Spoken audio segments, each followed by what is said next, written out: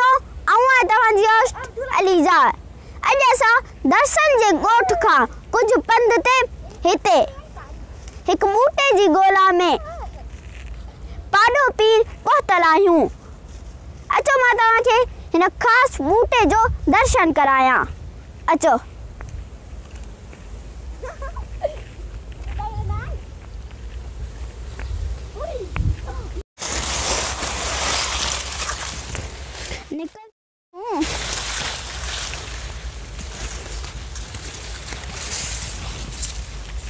वाह वाह हो ही ॾिसो, ही आहे असांजो ख़ासि ॿूटो कंगोर।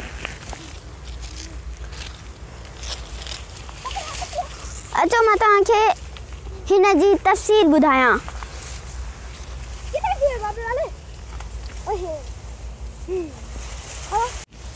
कंगोर कंगोर बि सिंध जे जंगली गाह में थींदड़ आम ॿूटो आहे।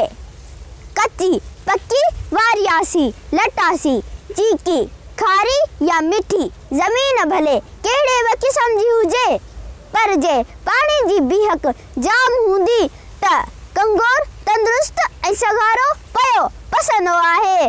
कंगोर जंहिंखे अंग्रेज़ी में ऑस्ट्रेलियन केन बि चइबो आहे। कंगोर हिकु छड़ी जी शक्ल में थींदो आहे।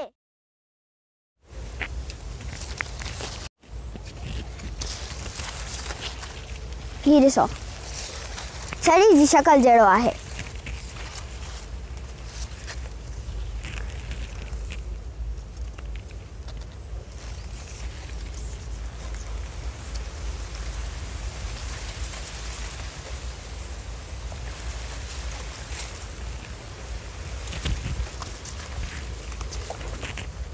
जेको कमनि जे गुरियनि जिया गुरियूं कंदो आहे। कंगोर जा पन सना डिघा ऐं चूम साथियनि था। कंगोर जा पन लॻभॻि 2 फुटनि ताईं डिघा थियनि था, जन मां लॻभॻि अधु फुट जेतिरो गुरियनि खे वेढ़ियल रहे थो। ही ॾिसो, ही कंगोर जो पन आहे ऐं ही अधु फुट जेतिरो गुरियनि खे वेढ़ियल आहे। ही ॾिसो, कंगोर जो कद लॻभॻि 6 खां 7 फुट ऊचो सर जे काने जियां थिए थो। कंगोर जी चोटी में सरनि जियां दुंबा बि थियनि था।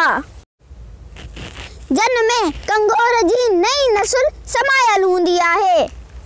अचो मां तव्हांखे हिन जा दुंबा ॾेखारियां। अचो, ही ॾिसो,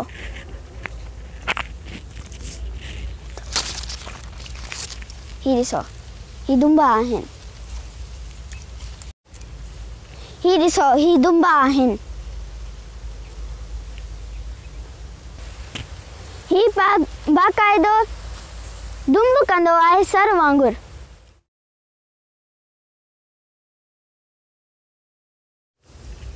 कंगोर जो ॿूटो एतिरो त सख़्त मिज़ाज हूंदो आहे जो हिन खे केतिरा ई भेरा वढी छॾिजे तॾहिं बि साॻी जाइ तां वरी नवां गोंच पियो कढंदो आहे।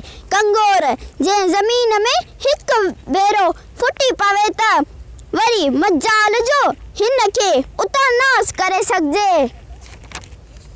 कंगोर जे ॿूटे खे मेहूं ॿकरियूं ढगियूं रिढूं गॾा घोड़ा ऐं ऊठ वरी शौक़ सां खाईंदा आहिनि, छाकाणि त कंगोर जे गुरियनि में जूअर जी पची तूरी थी वञण वारो ज़ाइको हूंदो आहे। कंगोर जे ॿूटे खे ॿहिराड़ी जा माण्हू बि पंहिंजे इस्तेमाल में जाम आणीनि था। कंगोर जे काननि खे छपरनि ऐं मनहनि में लोहियनि जियां बि इस्तेमाल कनि त कीड़नि जियां बि इस्तेमाल कंदा आहिनि। कंगोर जे काननि मां माण्हू घरनि ऐं ओटाकनि जे ओढर लाइ पथियूं बि जोड़ींदा आहिनि।